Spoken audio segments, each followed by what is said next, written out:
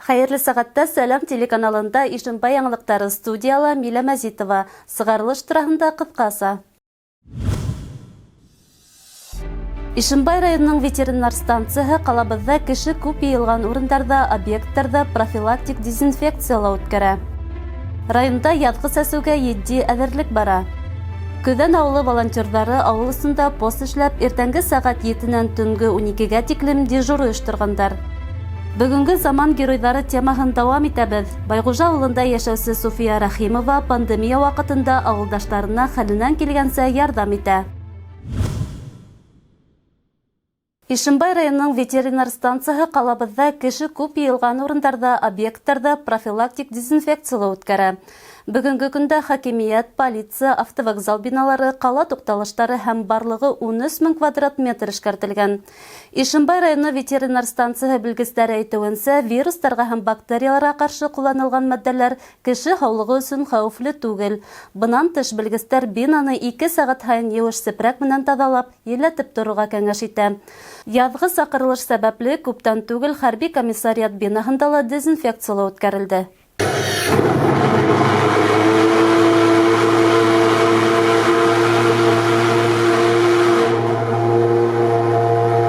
Для дезинфекции мы используем различные дезинфицирующие средства. Это могут быть хлорсодержащие, кислородосодержащие, спирты и другие дезсредства.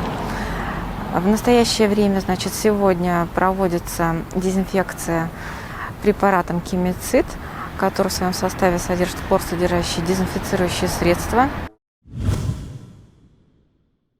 Язгы сәсү эшләре башлану өстендә. Хужалыктарда был мөһим кампанияга әзерлек етди бара. Ошо көндәрдә хакимияттың авыл хужалыгы буенча бүлеге хезмәткәрләре хужалыктар буйлап йөреп, ужын басуларының ничек кышлануын тикшерде.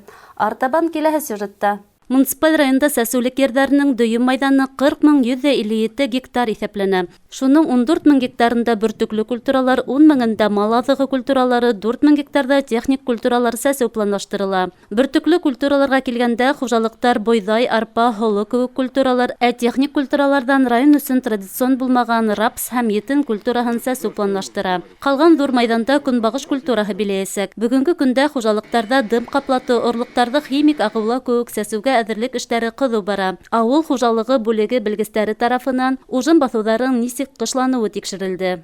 Дополнительные корневые системалары киткән, нормальные, живые.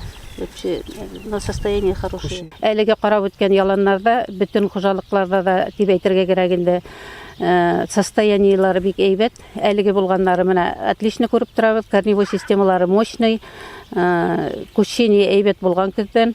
Бұл инде элиталы пассив бетнең памяти Кунакбаева дигән. Но bütün хужалыкларда да әйтеп үтәргә кирәк, канәгатьләнерлек. Бүгенге көндә хужалыктарга 91 тонна ашлама кайтарылган, 1 гектар майданга 21,8 килограмм тәшкил итә. Етих Интернационал, Лейтер, Победа, Искәндәр фермер хужалыктарында район күрһәткесеннән күпкә күбрәк ашлама кайтарылган. Әйтергә кирәк, алынган орлыктарның 28% супер элиталы. Хужалык язгы сәсүгә әзер дип әйтергә була. Ашламалар тулгынса алынган. Техника бөтәһендә төзек.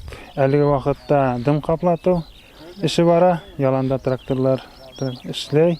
Быелгы елны без иген культуралары буенча 760 гектар буйдай, 540 гектар арпа, 250 гектар кукуруз, 650 гектар кумбагаш сәсергә инабыз.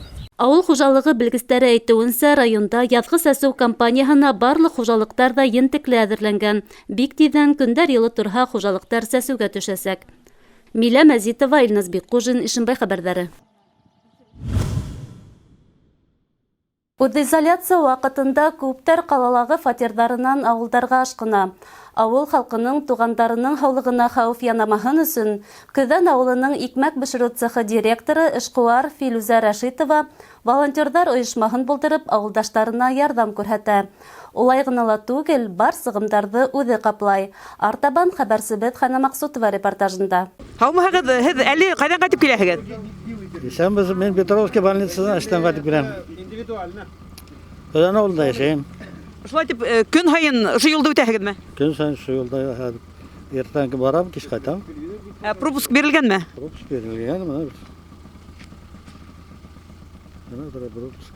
Көдән авылынан Ишембай калаһына тиклем 50 сакрым тирәһе. Үз изоляция игълан ителүгә карамастан, кызганычка каршы каланнан авылга кайтучылар һуңгы вакытта күбәйгән. Шуңа күрә лә волонтердар авыл устында пост эшләп, иртәнге сәгать 7-нән төнге 12-гә тиклем дежур оештыргандар. Авылга кергән һәр машинаны туктатып, водительдән һәм машиналагы пассажирларның кулын кер һабыны белән юалар. Адак хлоргексидин белән эшкәртәләр. Шулай ук автомобильдән руле, ишек тоткалары ла эшкәртелә. Халык шулай да йөрөй, самоизоляция булган.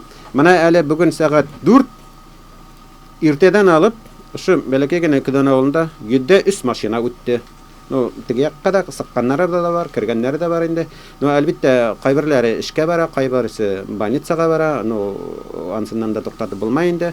Ну, шулай да кеше безнең теләк кеше әдрәк йөрәһен ине.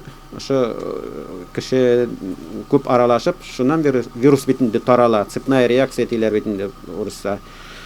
Шул аңлату эшләре алып барабыз инде. Алла Тәгалә хаклаганда хаклармын дигән бит. Алла хаклаһын дип, үдебезне хаклайбыз тырышабыз инде. Әбүна Роза Мәхмүтова үз теләге менән авылдашларына маскалар, волонтерлар өчен хаклану халаттары тегә. Волонтерларга әдрәк ярдәмем тиһен дип, менә шундай защитный кием тигеп алып килергә попросить иткәннәрне тиктем. Маскалар тигеп аларга бирдем инде. Бик әйбәт сара менә шайтып авыл усында кешеләрнең машиналарына үткәреп торырга бөтә кешеләр кулында защитный әйберләр булмаска может бит инде. Бик әйбәт сара дип уйлыйм инде шуны. Асып күрһәтегез әле, асып күрһәтегез. Аша менә бер тапкыр киеп ыргытырга бит инде шундый менә защитный костюм. Безнең иҗади төркем авыл буйлап та үтте. Урам буенда бер кешене лә осратманык. Азык-түлек магазинына ла кеше берәрләп кенә инеп сыга. Көдән авылында халыктың 70% самаһы олылар. Димәк, коронавирус йоктыру ихтималлыгы югары. Өстен явып торган көчле ямгырга карамай, волонтерлар үзләренең эшләрен дәвам итә.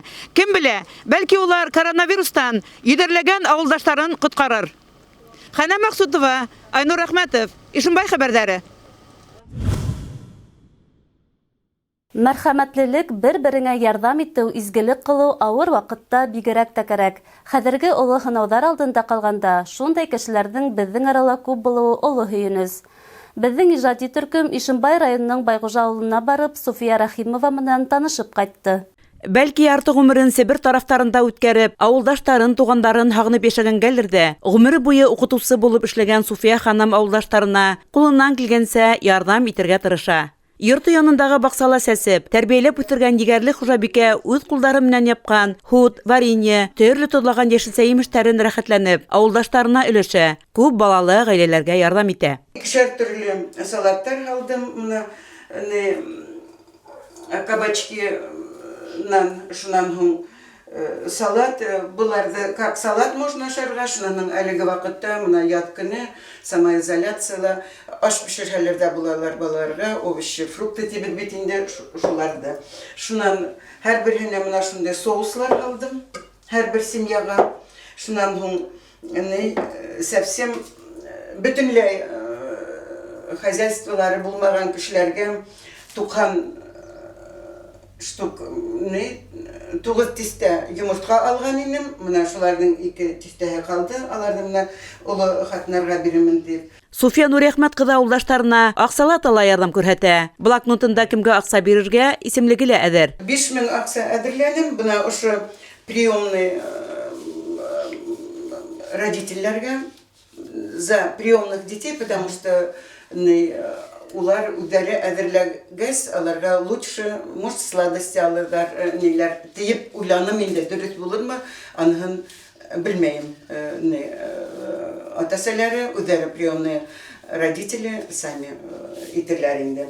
Шуннан әйттем инде, хабыннар ниләр дип, но килгән кешеләр булай рәхмәт әйтеп китәләр. Байгужа авылында яшәүче Суфия Нурәхмәт кызы үз изоляция вакытында, вакытты ничек үткәрәем, көн ничек үтә икән дип, Бер дә бошынып ултырмай.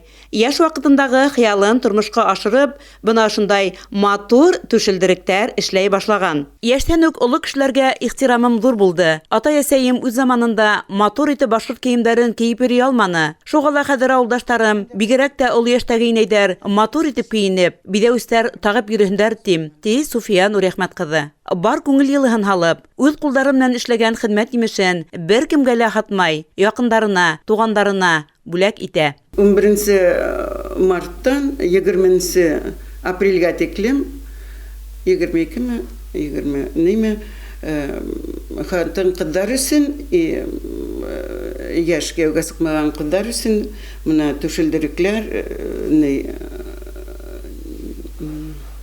койрыктар, әле кашмауды менә башлап кына торам, әдрәк авырлыктары бар инде. Менә кашмауларга койрыктарды эшләнем, түшелдерекләрде биттем. Яхшылык эшләлә һуга хал, балык белер. Балык белмәһә, халык белер ди, халык мәкале. Суфия ханым эшләгән изгелектең баһаһы олы. Ул баһа авылдашларының олы рәхмәте. Хәнә Максутова, Айнур Рәхмәтов, Ишембай хәбәрдәре. 25 апрельдә башкорт теленнән халыкара онлайн диктант язу оештырылачак. Илдәге һәм дөньядагы эпидемиологик хәлләргә бәйле башкорт теленнән халыкара диктант тәүге тапкыр тулыһынча онлайн форматта узгарыла. Акцияларга катнашу өчен экранда күрсәтелгән сайтта теркәлергә кирәк. 25 апрельдә 11 сәгатьтә Башкортстан Юлдаш телевидение телеканалында, бәйләнештә, Instagram социаль селтәрләрендә Башкорт эстрадаһы йондыҙы Захир Зәйнетдинов, күренекле диктор Флюра Мурзина һәм сатирик яҙыусы шағир Марсель Сәлимов диктант текстын тура эфирда уҡыясаҡ. Диктант тексты 3 вариантта: башҡорт телен башланғыс кимәлдә белеүселәр өсөн, башҡорт телендә иркен аралашыусылар һәм башҡорт теленең төньяҡ-көнбайыш диалектында яҙыусылар өсөн әҙерләнәсәк. Акцияла һәр ҡатнашыусы диктантты үҙаллы өйҙә яҙа ала. Ҡатнашыусыларҙың эштәре сайтта шәхси кабинет аша ҡабул ителә. Ошоның менән бөгөнгө сығарылышыбыҙ тамам. Киләһе осрашҡанға тиклем хушлашабыҙ. Һау сәләмәт булығыҙ.